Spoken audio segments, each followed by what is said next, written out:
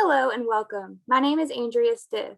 I'm the Community Horticulture Outreach and Master Gardener Program Coordinator for OSU Extension Service in Wasco County. Thank you for joining me today to learn about container gardening. I do want to note that this presentation will cover the very basic skills of container gardening. If you are an experienced gardener, this may not be appropriate for your knowledge level. Tonight, we will cover why container gardening, containers and the types and the requirements, potting medium, plant selection for containers, planting, and maintenance. So when we're looking at why, if you live in an apartment or townhome like I do, with only a balcony or walkway space to garden in, you can still enjoy the many rewards of growing your own vegetables and flowers, although the lack of space for a traditional garden is not the only reason to try container gardening. We'll look a little bit deeper at some other reasons. So container gardens can provide an effective color accent, year-round structure, and fragrance in specific areas of your garden. They are ideal for frost-sensitive plants or for those that require special conditions. Containers can lift plants to heights where they can be appreciated up close. For gardeners with limited space, containers often offer additional room for plants. They can also be used for specific landscape design reasons, some of those being blocking easy access to areas of your yard or doors that maybe are not always accessed to provide a sense of security if some unwanted guest may try to arrive. Container gardening has many advantages. Small amount to manage for those with little time. Container gardening is one example of assistance gardening that may be suitable for people with limited mobility. You can get the planters a little bit closer to your door, and you can make them a little taller if needed to be accessed from a wheelchair. Using containers allows you to take advantage of various microclimates on your balcony, patio, or walkway. For example, lettuce can be grown in areas that are cool and shaded, while heat-loving plants such as eggplants, peppers, tomatoes can be located in full sun locations and even in areas that might have reflections from buildings or patio surfaces that add heat.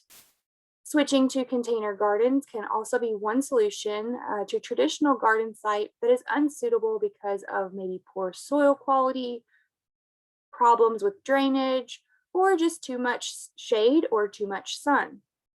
Containers can also be a part of your crop rotation plan. That involves moving certain crops from a backyard garden to containers to minimize the buildup of soil-borne diseases. So you could plant tomatoes and peppers in containers for a few years to give your garden soil rest from those solanaceous crops. So then we want to look at what are some concerns that come with container gardening.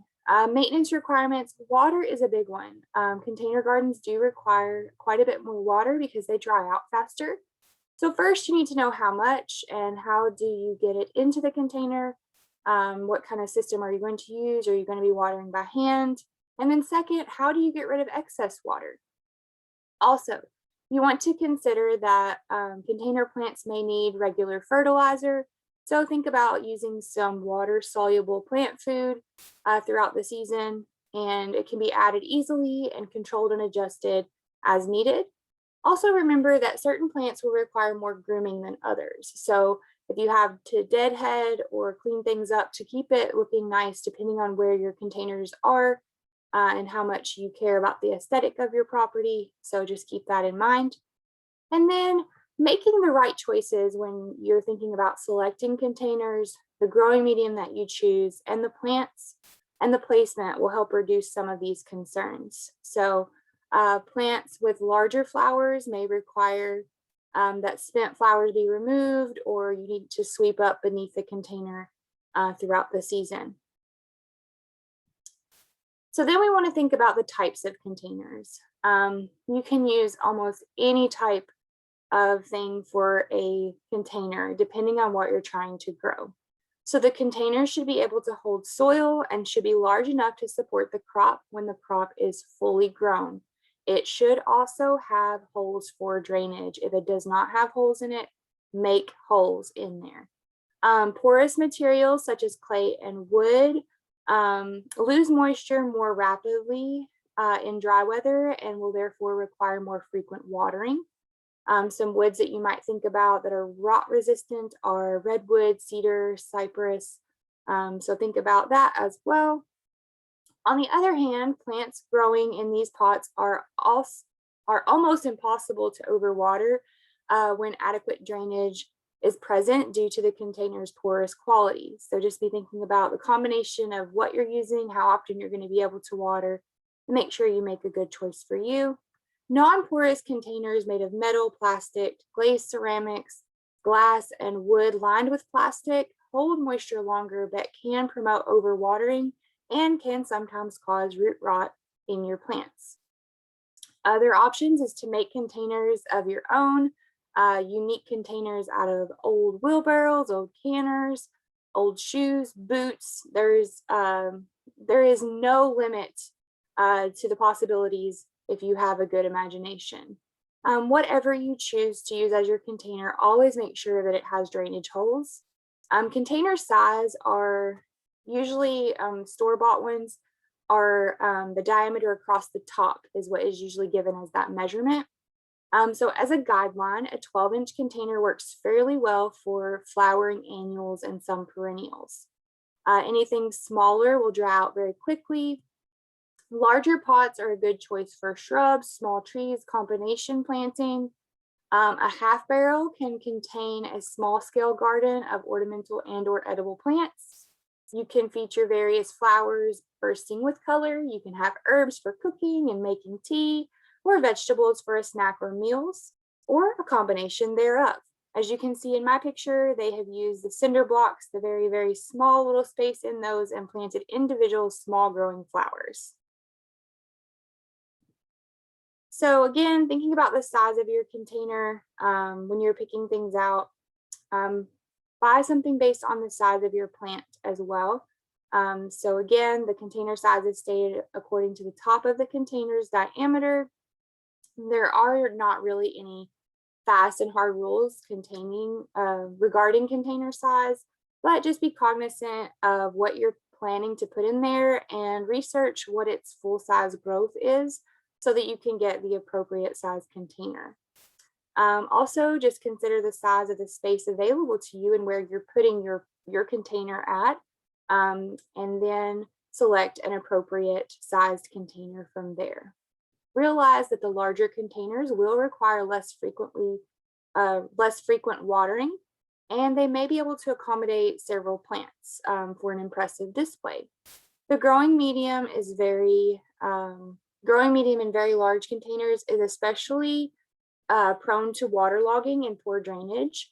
When it comes to drainage holes, if they're not inadequate or the flow from the bottom of the hole is restricted. So if you have a larger container, consider adding extra drainage holes to make sure that you're not going to have waterlogged soil.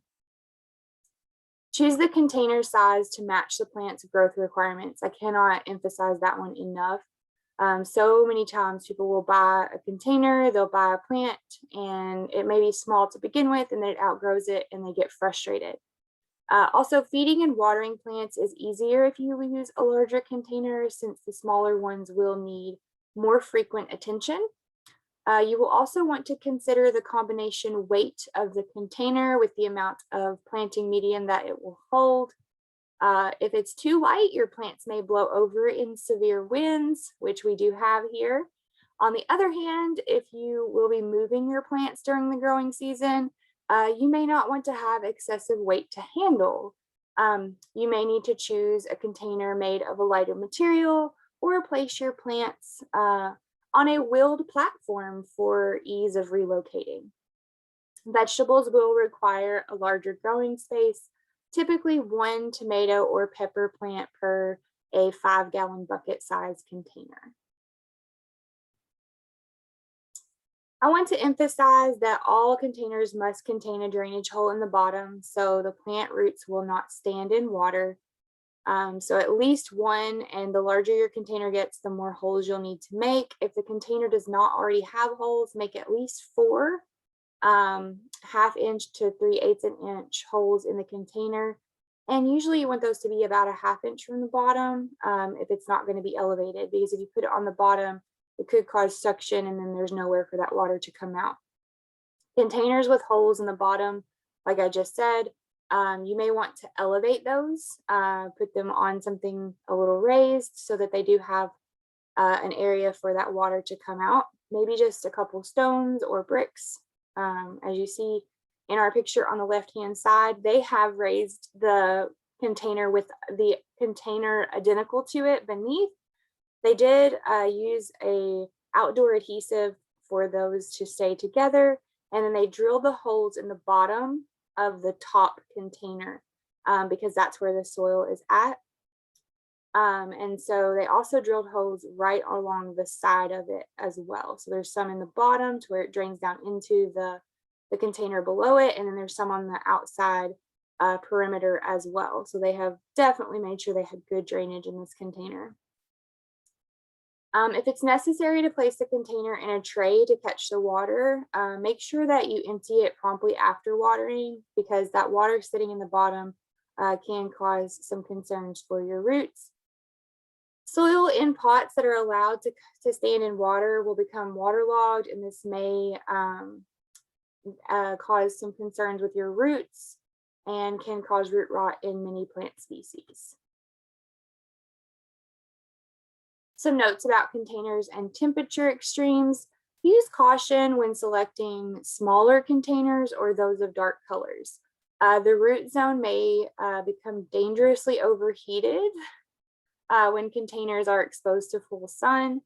Dark pots can overheat very rapidly in the summer, and plant roots in above ground containers will reach much cooler temperatures than those in soil or in containers that are sunk into the ground.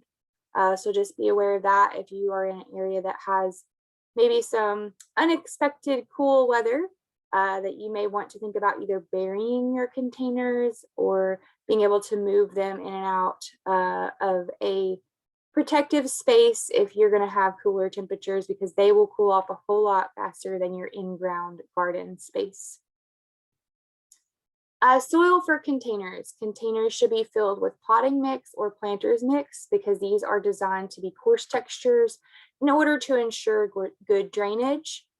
In other words, a good potting mix will be light and fluffy. You can mix slow release fertilizers into your potting mix before you plant. Although some people suggest adding retention crystals, research-based support for that notion is currently lacking. You don't want to use garden soil in your containers. Its very fine texture can stop adequate drainage with the shallow confines of the pot. So it can cause basically compaction issues and your water has nowhere to go. As a result, roots don't grow well because of the insufficient air, and your plants will fail. Garden soil may also bring in disease, insects, and weed seeds. And don't follow that ill-advised practice of adding a layer of coarse stuff in the bottom of your container for drainage. Because of the dynamics of water movement within the container, the coarse material under the potting soil mix will actually inhibit drainage. So if you heard that, please do not practice that. Research has showed that it is inaccurate. So for best results with your potting medium, you want to moisten the soilless mixture the day before you intend to plant. Many mixes contain a high percentage of peat, which requires some time to soak up and absorb all the water. And it does moisten faster with hot water than cool water, but you don't want to plant in hot water. So that's why if you did it the day before, it would have time to cool off. So just make sure that you're thinking of all of those things when you're getting ready to fill up your containers with potting media. The structure of the soil describes the aggregation of soil particles resulting in pore space. So good structure comes from blending ingredients like organic components, peat, bark, composted materials. Drainage is provided by sand or perlite. And then water and nutrients are held by vermiculite, the calcined clay, peat, and then hydrogels. So it's important to have a good soil structure and a good mix for your containers. I want to emphasize that it is necessary to repot plants periodically. So the structure of your potting medium tends to break down over time. Soil-borne illnesses tend to build up over time. So it's best to replace your potting medium each growing season. Perennials grown in containers need to be repotted periodically, and the media needs to be replaced. So when you're thinking about plant selection, some points about compatibility of plants growing in containers. You want to choose vegetables for containers. Nearly all leafy vegetables will do well. You want to think about sun versus shade, moisture needs. What kind of foliage, textures, and colors do you want if you're doing flowers? You want to look for dwarf, miniature, or patio varieties to be more successful in your containers. So plant breeders have developed many of these container appropriate varieties over the years as container gardening has grown in popularity. Crops with many fruits per plant, such as tomatoes, are a good choice. You're going to produce a lot for the amount of space that you're using. Cultivars with a bush or compact growth habit also do fairly well. So just think about those things when you're choosing your plants. I always love to grow some hot peppers to have for easy access in the kitchen. And then cherry tomatoes are great if you make a lot of salads and you just want to dice a few up and put in a salad. And then of course, the lettuce in general is great to grow in containers. So when you're planting, if the containers are being reused, you want to clean the container with a 10% bleach solution before you're planting. Definitely allow for it time to dry out a little bit before you start putting everything in there. If you are using a clay pot, soak the pot in water for a few minutes first. This will keep it from immediately taking all of the water you're putting into the soil. So if you wet the clay pot first, that will be helpful. Then placing a coffee filter or a screen mesh, or even some other thin surface between or over top of the holes can help from having your soil come out the bottom without maybe blocking up the drainage hole too bad. That'll just keep that soil in the container a little bit longer and you won't have to refill it as often. You can add fillers such as crushed milk jugs to the bottom of really large containers to reduce the amount of mix that you need, but you do want to make sure that you're not doing this too much and make sure that you're allowing enough space for your roots to grow. So if you have a tomato plant, you might not want to do that because the deeper the soil, the better plant you're going to have. For flowers and things that maybe don't have as deep of a root system, this might be an option to kind of eliminate the amount of filler or soil mixture that you need. Also, again, thinking about the weight, if you live somewhere with with heavy winds, you may not want to make your containers lighter. You may need that weight in the bottom. Soilless mix should be added to within an inch to ½ inch of the top of the container. And I would try to use a measuring stick. As you can see in our picture, we guessed and we're at 2 inches. So we actually need to add a little bit more soil to this pot on our presentation slide. So if you need to get the ruler out, do it. Nobody's going to judge you. We'd rather you be more accurate than to have too much space or too little space. So you may want to trellis or support your plants. So tall and vining vegetables require staking, caging, or trellising. So plant supports should be placed at seeding or transplanting time to minimize the amount of disturbance to the plant. So this is going to include crops such as tomatoes, cucumbers, even peppers might not hurt if you're using an individual container, whole beans, and other climbers as well. Anchoring of the container may also be necessary to provide additional stability during high winds. And then if you need more weight, a few stones placed in the bottom of the container may aid in stability, but try to make sure they're not over your drainage holes. So that way that you're not blocking that water from exiting. They do not help in the drainage of water, so don't put too many in there. Just put as many as you need for the weight and just try not to overdo it to hinder the drainage of your container. Interplanting, using a single container that's large enough for multiple plants. So you can have a bed, if you've got a container like we do in the picture that's large enough, you can plant different vegetables, herbs, flowering plants all in there together. So make sure that to be successful here, you want to have plants that have the same light and water requirements. So when you're making your plan, just think about that. But it is possible if you have the space to do it and have a container large enough. You can interplant things.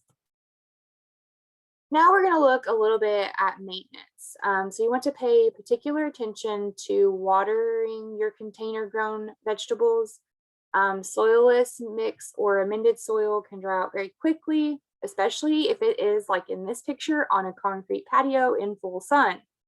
So porous containers such as clay are especially prone to drying out rapidly, and they can actually wick the water away from your plants. Daily watering may be necessary.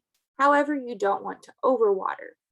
Water when the soilless mix or amended soil feels dry, adding enough water so that water runs out of your drainage holes. The soilless mix or amended soil should not be soggy or have water standing on top of it. If you have that, you may want to hold off on watering and let it dry out. Or check your drainage holes and make sure that they're not plugged. Water should also freely drain from the base of the container and not be collected in a saucer, as this can lead to water-soaked growing medium that will contain little oxygen for the necessary roots, and they can foster disease problems and may even harbor mosquito larvae. So a lot of things to think about when we're looking at raised bed or container gardening. Other maintenance factors, vegetables grown in containers should be fertilized regularly after the initial soil test has been done and your adjustments have been made.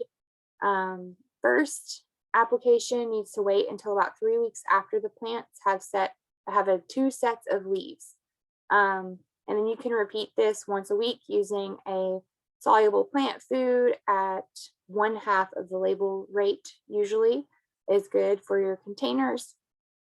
If you're adding a slow release fertilizer to your amended soil or soilless mix, or use a high percentage of compost in the mix, additional fertilizer may not be needed throughout the season.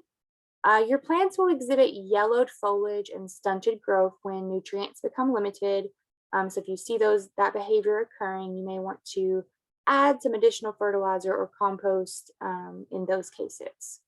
You want to protect your plants from high heat caused by light reflecting from pavements or buildings. If necessary, you might need to move plants to a cooler spot, or you can shade them out during the hottest parts of the day with shade cloths. Plants may also be moved to a sheltered location during severe rain or wind. Remember that the root zone is prone to overheating as well. After harvesting spring and early summer crops, you can replant the container with vegetables for summer or fall crops.